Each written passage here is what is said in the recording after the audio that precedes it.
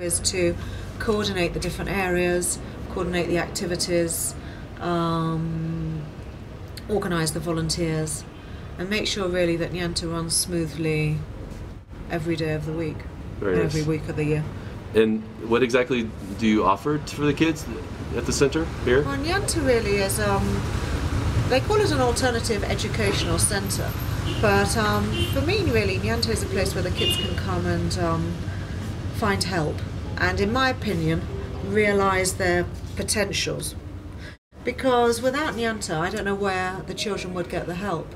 So it started as a canteen for working kids, and now it's grown and grown. So we have a schoolroom here where the children can come and get help with their homework. And in South America, how it works is children go to school in the morning, the afternoon, or the evening.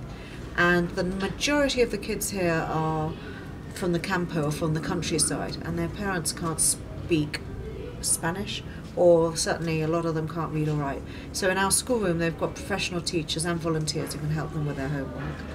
And then we've got a social worker who helps them with look after their welfare, also their health, and we do campaigns from time to time on birth certificates, giving them birth certificates. The majority of children don't have birth certificates. The majority of children don't know when their birthdays are. The majority of children don't even know how old they're. And when we do the birth certificates, unfortunately, it's usually a guess. There's not many people can actually remember how old they were or when they were born. Their parents have no idea. And we also have a canteen here where the food is, we do our best to make as nutritious as possible using all the products that we have here in Bolivia. The food's pretty nice. So we have soup 3 times a week and then a main course 3 times a week with fruit. And then we have really nice recreational activities like painting, artisanía, music, swimming club, football. And the culture really is very important to the people here, to make sure even though they're kids who are now here in the city, they still remember their culture. So the music's always national music from Bolivia. And when I first arrived, the kids were getting ready for a parade, and it was a May 1st Labor Day parade, or what we would call Labor Day, no? Yeah. And I thought it a bit strange to see first and second graders marching for workers' rights.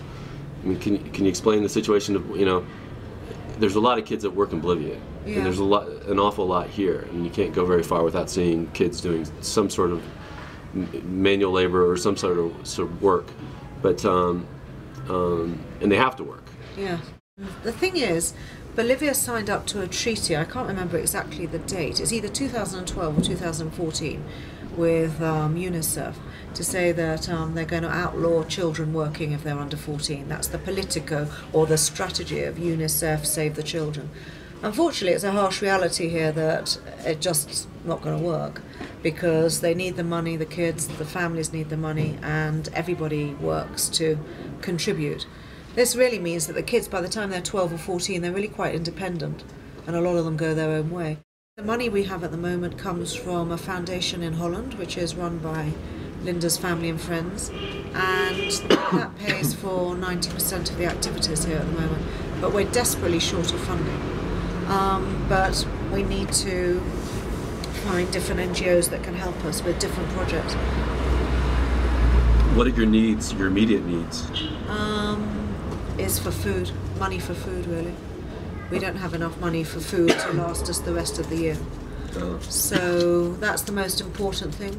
And some of the jobs the kids have around the city? Vary really from kids that are shining shoes, cleaning cars, carrying the shopping for the people in the market, selling sweets, selling newspapers, cleaning offices. Those are sorts of the... Cemetery. Yeah. Oh, sorry. And in the cemetery, yes. That's a strange one. Mike went there last weekend. In the cemetery, there's a lot of children working, and their job really is to either be guides, but as well as that, they clean the tombstones, and also the people are buried above ground here in sort of little, I don't know what you call it, little mausoleums or little mausoleums and tombs. So the children all have ladders. And they climb the ladders to clean the glass windows that protect the coffins. And they're also paid by people to say prayers in front of the tombs as well.